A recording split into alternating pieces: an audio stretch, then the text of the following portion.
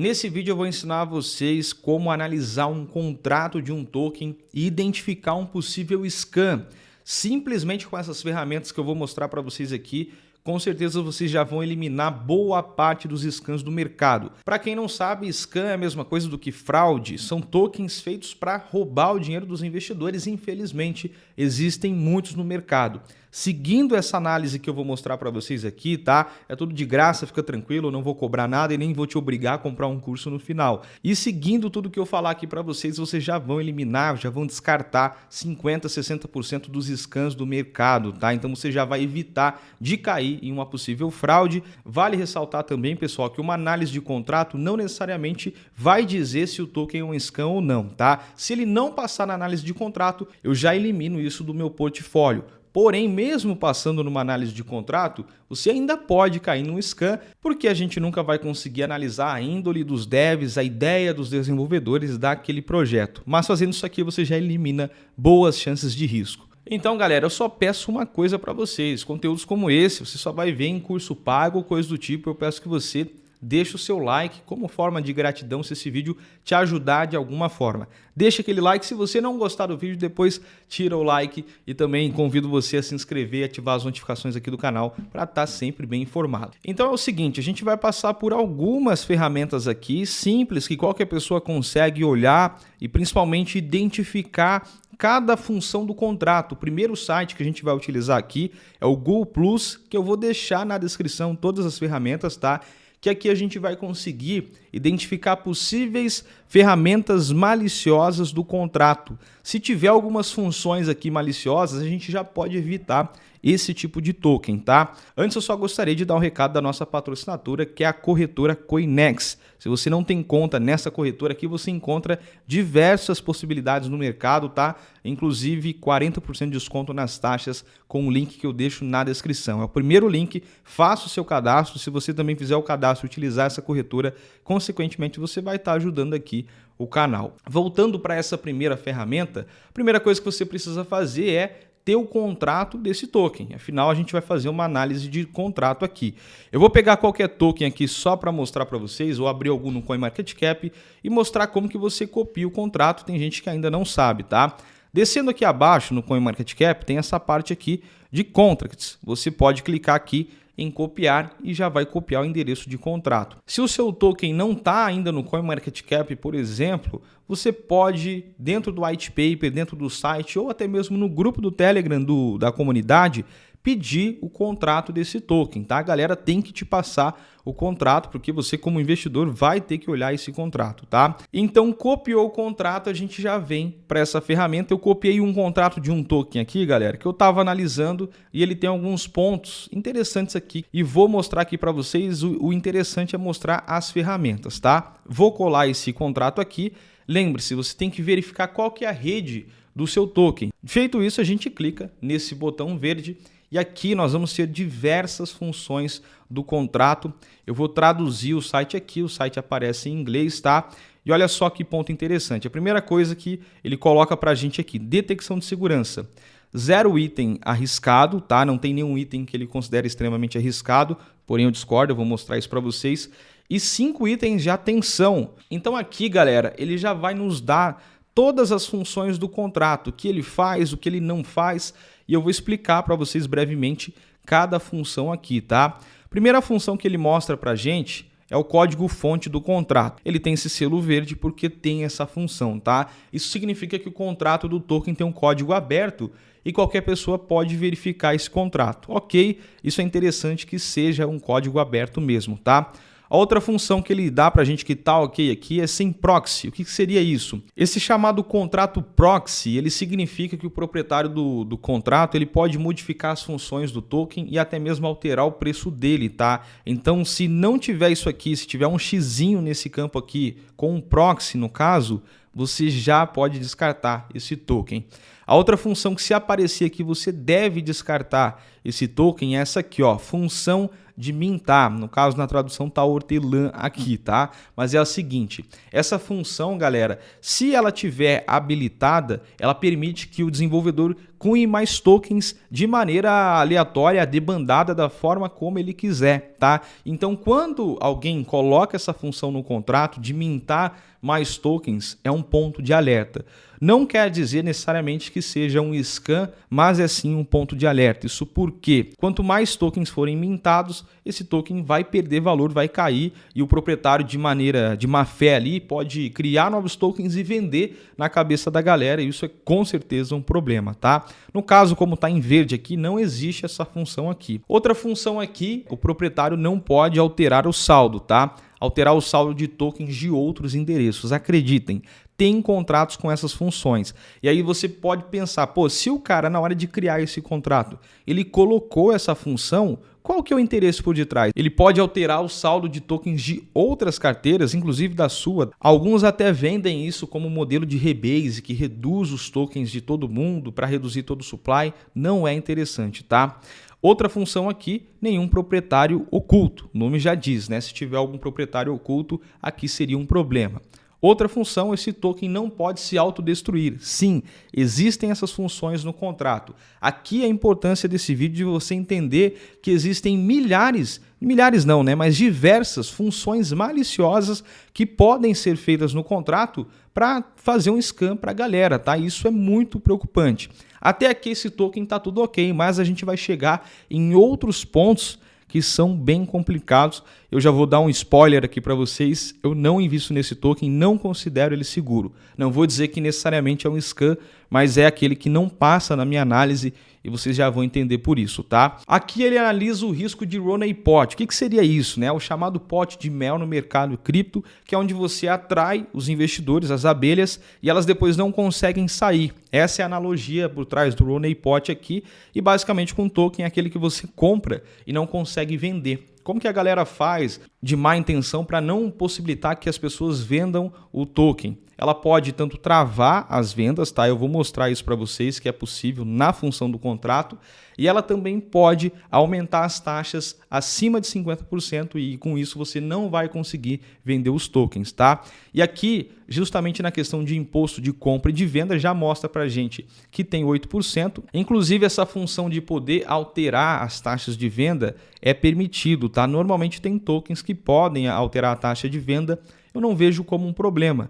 Porém, quando é permitido que altere acima de 50%, acaba sendo complicado, tá? E aqui, galera, por que é importante fazer uma análise bem aprofundada? Esse ponto aqui, que é o próximo que eu vou mostrar para vocês, ele basicamente descarta para mim o token que possui essa função, que é aquilo que eu falei. Por que colocar determinadas funções? Qual seria a intenção disso, tá? Então, olha só, funções que podem suspender a negociação também seria o caso de um Roney Pot, ou seja, as pessoas depois de um tempo não conseguir vender mais os tokens, tá? Se um código suspensável for incluído, o token não pode ser comprado e nem vendido. Eles até colocam aqui o risco de Roney Pot, tá? Então, suspender as negociações, por que habilitariam essa função? Qual que é a intenção ali de quem criou o contrato em colocar uma função que possa suspender as negociações? Até acontece em alguns projetos de blockchain, por exemplo, de liquidez ali, que você acaba tendo que suspender para manter a segurança do token. Isso pode ser justificado, certo?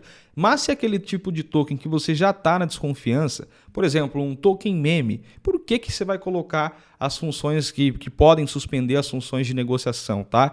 Isso acaba sendo complicado e é um risco tremendo, porque simplesmente num clique ali você não consegue mais, você pode não conseguir mais vender os seus tokens. E aqui entra alguns pontos de risco, que é um problema que eu já vou citar para vocês. Abaixo aqui, que está ok nesse caso, sem lista negra. O que é lista negra? É você colocar determinadas carteiras numa lista negra que ela não pode negociar, não pode comprar nem vender o token, tá? Às vezes é usado isso aqui para sistema anti-boot, mas também não é algo legal de ter. Sem listas de permissões, esse no caso seria a lista branca, onde só algumas carteiras consegue vender os tokens. Isso aqui é um grande problema, tá? Ou seja, o que um dev mal intencionado pode fazer aqui? Ele pode criar essa permissão de lista branca, colocar só a carteira dele e só a carteira dele vai conseguir vender os tokens e ninguém mais consegue. Então, se tiver isso aqui, por exemplo, tá? Essa função, descarta, ok? Não tem que ter esse tipo de função tem isso aqui, eu já estou fora do ativo. Agora, voltando aqui, galera, para as funções que são pontos de alerta aqui também, aquela primeira que eu mostrei para vocês, né, de suspender as negociações. Isso aqui é um problema seríssimo, tá? Não é interessante. E nesse caso em específico, essas funções que existem aqui, que, por exemplo, a função de resfriamento da negociação.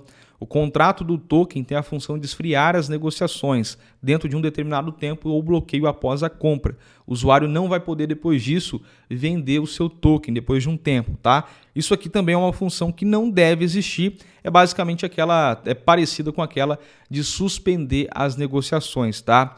Esse chamado aqui sistema anti-baleia também pode ser algo complicado, tá? Isso porque ele pode limitar o número de transações de tokens. Alguns tokens scans possuem esse tipo de função e usam dela.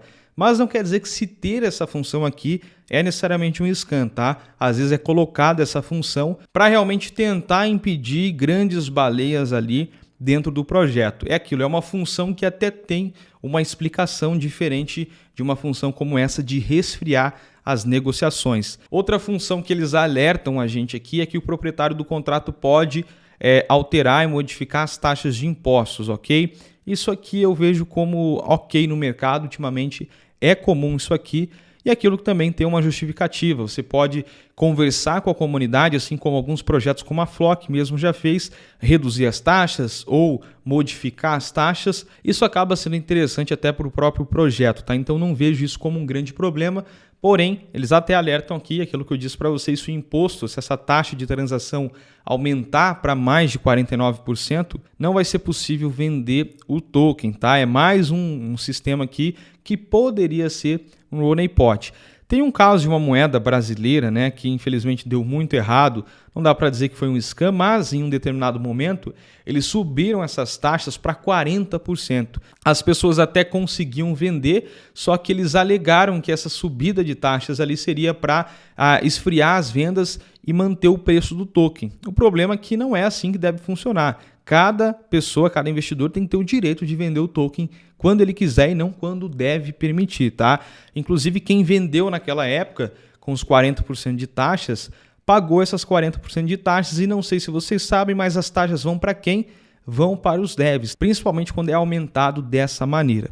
Então, galera, as funções aqui de contrato que a gente tem que olhar e são cruciais é essa aqui, ó, de função de mintar tokens. Isso aqui é um problema. A função de proxy também é um grande problema, então se tiver isso aqui, muito alerta. Se tiver a função de mintar tokens também, muito cuidado. Proprietário, se ele puder alterar o saldo dos tokens, para mim isso aqui já não faz sentido investir nesse ativo, tá?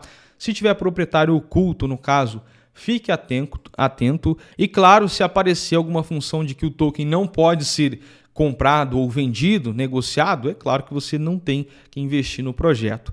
Essa é uma das etapas para a gente analisar o contrato e ver as funções desse contrato. Fazendo isso, a gente já sabe se tiver funções que não são interessantes, não são justificáveis ali, travar as negociações, poder suspender, esfriar as negociações, ou um exemplo aqui, colocar uma lista branca onde algumas pessoas somente podem vender o token, ou seja, só os devs possivelmente, é um grande problema, não faz sentido investir num token quando ele tem isso aqui. Mas a análise não para por aqui, tá? Aqui você já consegue fazer um filtro e eliminar 20, 30% dos tokens. Mas mesmo que esteja tudo ok nessa análise aqui, você pode e deve aprofundar em outros aspectos que também vai te informar um possível scam. E o que mais a gente pode analisar aqui? Carteiras, tá? Que eu vou mostrar aqui para vocês, e também a liquidez. Então, olha só, aqui nesse próprio site ele já vai te dar essa informação da liquidez. A liquidez, galera, ela tem que estar bloqueada, porque é justamente para dar liquidez àquele ativo e quando ela está bloqueada significa que ninguém pode mexer nela.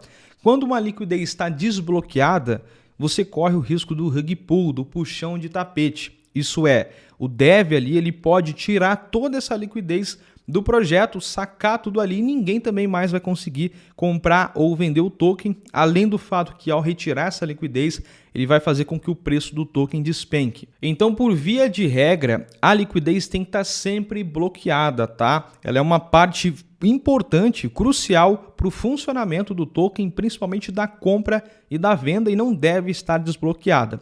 Aqui, galera, ele já informa para a gente a porcentagem de liquidez bloqueado. Tem tokens que tem 50% da liquidez bloqueada, até colocam no seu site ali, nossa, nós temos 50% da liquidez bloqueada. E por que os outros 50% não estão bloqueados? Quer dizer que os devs podem sacar isso a qualquer momento? Então, por via de regra, tem que estar bloqueado. Se não estiver, fuja desse tipo de ativo, tá? Ou pelo menos tente entender por que essa liquidez não está trancada. Nesse caso aqui, galera, já informa para a gente a porcentagem da LP, a liquidez bloqueada. No caso, 100%, ok. Agora, outra parte que esse próprio site vai informar para a gente, ele é bem completo, tá? Essa ferramenta aqui, são os principais holders do criptoativo.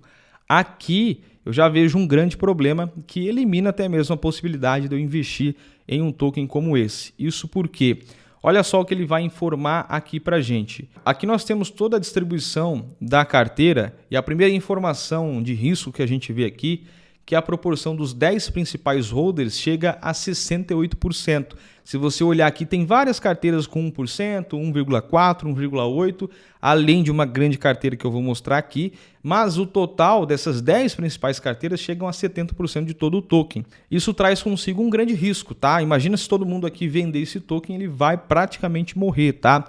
Sem falar no fato que muitas das vezes essas 10 principais carteiras são dos próprios devs do projeto, tá? E aí sim é um grande problema. No caso aqui, galera, a gente já tem mais abaixo a informação aqui da carteira do criador. A carteira do criador, ela apresenta para a gente aqui 19,4% dos tokens. É um percentual muito alto e não está bloqueada essa carteira, tá? É um percentual com certeza de risco aqui para a gente, tá? Abaixo tem a carteira de proprietário e desenvolvedor. Se aparecer também aqui nessa do proprietário um percentual alto, fique atento também, é o mesmo problema que eu citei aqui para vocês. Dito isso, a gente vai seguir com essa análise da carteira para entender alguns problemas aqui nesse caso específico. A outra ferramenta que a gente vai usar rapidamente aqui para vocês, essa eu já até mencionei aqui no canal, é o BSC Check. Eu vou deixar na descrição isso aqui também. Você consegue analisar os tokens aqui das redes BSC, Ethereum e muito mais. Cola o contrato aqui, clica em Check e aqui a gente vai fazer mais uma análise um pouco mais breve, porém bem importante aqui, tá? Aqui, galera, quais as informações que a gente vai ter no BSC Check? A questão de imposto de compra e de venda, ok. E aqui tem um ponto muito importante, tá? Token, o proprietário do token, e aqui nós temos proprietário renunciado. Tenho duas coisas para falar aqui para vocês, tá? A primeira é, lembra essas funções que eu mostrei aqui para vocês? Se a propriedade do contrato foi renunciada, essas funções não podem ser mais ativadas. Então, por exemplo, a função de resfriar a negociação, de travar a negociação, ela não pode mais ser ativada porque esse contrato não tem mais um proprietário que pode fazer modificações nele, tá? Essa talvez seja a importância de um contrato renunciado. É até interessante talvez começar a análise pelo BSC Check. Eu quis mostrar, claro, cada ponto ali para vocês da análise do contrato ali. Porém, se a propriedade for renunciada, você fica mais seguro em relação àquelas funções. Porém, tem muitas pessoas que acreditam que simplesmente o fato de um contrato estar renunciado garante que o token não vai ser um scam. E é aí que você se engana, tá? Então, se tem proprietário renunciado, realmente nenhuma função pode ser ativada ali, o que é legal, tá? O que pode ser interessante, ou seja, não podem travar as negociações e coisas do tipo. Agora, olha isso aqui, tokens dos devs. A carteira de desenvolvedor aqui, galera. Qual que é a diferença? Carteira de dev, carteira de proprietário. O proprietário é quem criou o contrato, quem detém das funções daquele contrato. Desenvolvedor é digamos que alguém ou a própria equipe que tem essa carteira aqui no caso. Então 20% é realmente de alto risco, ele até circula em laranja aqui para a gente com risco. Principais holders tem outros endereços aqui também que vai dar esse risco para a gente, e a liquidez também dá informação para a gente aqui, 100% queimado ou bloqueado, no caso bloqueado, tá? E tá tudo certo em relação à liquidez. Então, no caso desse token específico aqui, galera, que eu estou analisando, e eu só peguei para exemplo, na verdade, aquelas questões que a gente olhou todas aqui, de funções do contrato, não chega a ser um problema, porque o proprietário está renunciado. Porém, o grande problema é isso aqui, tá, galera? Os 10 principais titulares detêm 68% dos tokens. E a gente pode ir mais a fundo ainda nessa análise, que é pelo BSC Scan. Então, nesse caso desse token, para vocês entenderem um exemplo, nas questões de função de contrato, tendo aquelas funções que eu mostrei, eu não investiria no projeto. Porém, ao ver que o proprietário é renunciado, tudo bem a questão de ter as funções, mas esse grande percentual de carteira já me faz não investir nesse projeto. E aqui, galera, no BSC Check, você vai colar o endereço do seu token, vai clicar em pesquisar, ele vai abrir esse campo e você clica aqui no ícone do token, tá? Aqui você vai abrir funções importantes dentro do BSC Scan que você pode observar. Clicando em Holders e aqui vai mostrar as principais carteiras, tá?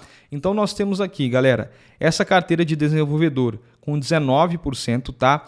E uma outra carteira, inclusive, com 23%. Por isso que é importante olhar aqui. Naqueles filtros de análise que eu mostrei para vocês, só mostram a carteira do desenvolvedor, que pode estar zerada às vezes. Mas tem outras carteiras. Qual que é essa carteira de 23%, né? Nós temos uma de 12%, que é da PancakeSwap, e nesse caso está tudo certo, tá? Então, olha só, se tem numa carteira 23% e na outra 19%, tem mais de 40% dos tokens em duas carteiras. Isso aqui é extremamente arriscado. É claro que teria a possibilidade desse percentual aqui servir para alguma coisa, tá? Inclusive eu vi tokens já, por exemplo, que tinha lá 40% dos tokens numa carteira e eles falaram, pô, é para queimar os tokens aos poucos. Aí vai de você confiar nos devs, se eles vão queimar ou não, ou se eles vão fazer outras coisas com esse percentual de tokens, como por exemplo vender, tá? Mas ainda tem uma justificativa. Nesse caso aqui, vamos ver se tem alguma justificativa. Como que a gente pode observar isso? Vindo no site do projeto, clicando aqui em Tokenomics, que é a economia do token, e aqui a gente já vai entender, tá? E aqui a distribuição dos tokens, olha como ela funciona aqui para a gente, como está mostrando. 5% para o desenvolvedor, tá? Para desenvolvimento. E 15% para o ecossistema, certo? Essa é a distribuição dos tokens e 80% para liquidez. E aí a gente vem aqui e volta para essa questão dos holders. Aqui mostra que tem 5% para desenvolvimento e 15% para o ecossistema. Vamos dizer que é para a equipe. Aí a gente volta aqui, tem 19% em uma carteira. Não tem uma carteira com 5%, não tem uma carteira com os 15%, mas uma com 19% e outra com 23%. Então isso aqui é uma inconsistência do Tokenomics, mostrando que os devs não estão seguindo o que eles proporam ali no white paper. É uma sinalização, inclusive, também, obviamente, negativa, tá? E pessoal, só para complementar aqui, porque eu tive um problema no finalzinho do vídeo ali, tá? Se vocês observarem, duas dessas carteiras aqui, das principais, tem um símbolo de um contrato, e tá até escrito contract aqui. O que significa isso? Que ela está amarrada a um contrato. Então, por exemplo, nós temos a terceira carteira que está amarrada ao contrato da PancakeSwap, é onde o token está listado. Ok, perfeito aqui. Essa primeira carteira, que é a maior delas, inclusive se você observar, se ela tinha 23%, hoje está com 21%, tá? Dias após, então está tendo uma mudança aqui estranha. Então é isso que você tem que analisar, olhar o percentual de carteiras aqui, tá? Então se você identifica que tem um grande percentual em poucas carteiras, isso pode ser um grande problema. Pode ser ali as carteiras dos próprios devs ou, mesmo que não seja, pode haver um derretimento, uma venda em conjunto ali que faça com que o token derreta 99%, por exemplo. Outro critério que você pode e deve analisar aqui é a origem dos tokens dentro dessa carteira. Como que eu faço isso, Matheus? Você clica na carteira, então eu vou pegar, por exemplo, aqui a quarta maior carteira desse token. Eu vou clicar na carteira, isso aqui é muito importante. Você vai ver se essa carteira comprou o token, por exemplo, foi lá na PancakeSwap, então estaria aqui a origem da PancakeSwap ou transferência, tudo bem, ou outros métodos de envios que podem ser problemas, como é esse caso aqui, tá? É por isso, por esse conjunto de fatores que, por exemplo, esse token eu não investiria. Lembrando mais uma vez, eu só peguei para ter um exemplo aqui, tá? Então olha só, qual que é o método de aquisição dessa carteira dos tokens? envio multi-tokens, tá? Isso aqui significa envio multi-tokens que foi enviado a partir da carteira de desenvolvedor, da Z-Network Deployer. Então tem dois fatores aqui, um de risco, outro não. O primeiro fator é essa carteira de desenvolvedor, que você está vendo aqui, pode ter enviado para outras carteiras para pulverizar isso e você achar que não tem uma grande concentração com os devs, mas está distribuído em outras carteiras que também pode ser dele. Isso é um possível grande problema. Outra possibilidade que poderia vir aqui, tá? É esse envio multi-token a partir da carteira de devs ser tokens comprados na pré-venda. Então essa carteira poderia ter comprado um percentual grande na pré-venda e ter recebido nesse método de envio aqui funcionaria também. Porém, 3% de todo o supply sendo vendido na pré-venda também é um erro, né? Você não pode vender logo na pré-venda um grande percentual dos tokens e permitir que uma carteira tenha 3%. Mas não para por aí. Se você olha esse ponto em comum aqui, as principais carteiras foi através desse multi-send aqui, envio multi-token, tá? E o que pode ser o mesmo problema. Se tivesse uma ou duas aqui, ok. Mas se você pega as 20 mais aqui, as 20 principais carteiras, recebeu através disso, tá? Então é muito estranho pensar que todas as maiores carteiras vieram através de uma pré-venda, o que pode até acontecer, mas é meio complicado aqui. E essa grande concentração de carteiras. Então você tem que olhar para isso. Tem tokens que tem uma concentração muito maior, tá? Então tem ali, por exemplo, 40%, 50% nas mãos dos devs. O que é interessante, galera? 5% no máximo, 10% ou 12% em uma carteira que pode ser de marketing, desenvolvimento, porém, até mesmo trancada essa carteira, essa informação tem que estar no site do projeto. Então são análises preventivas aqui, tá? Então se você está na dúvida, será que eu entro num projeto X ou Y? Ao analisar esses fatos aqui, você vai ter muito mais informações, dados de fatos ali, para você analisar e tomar a decisão se vai entrar, investir ou não em determinado ativo. Isso aqui ajuda muito e, como eu disse, pode eliminar aí 50% a 60% dos scams do mercado. Então, galera, um vídeo bem longo, bem completo aqui, que eu acho que se você aplicar tudo isso aqui, com toda certeza você vai conseguir evitar muitos dos scams do mercado. Quero saber se você gosta desse tipo de conteúdo informativo, um pouco mais técnico, que eu pretendo trazer mais aqui para a galera, mas para isso eu preciso ter um retorno também, saber se o pessoal realmente tem ou não interesse. E vamos ver aqui, deixa aquele like também para ajudar esse vídeo a ser entregue para mais pessoas e assim eu vou trazer mais conteúdos como esse para vocês.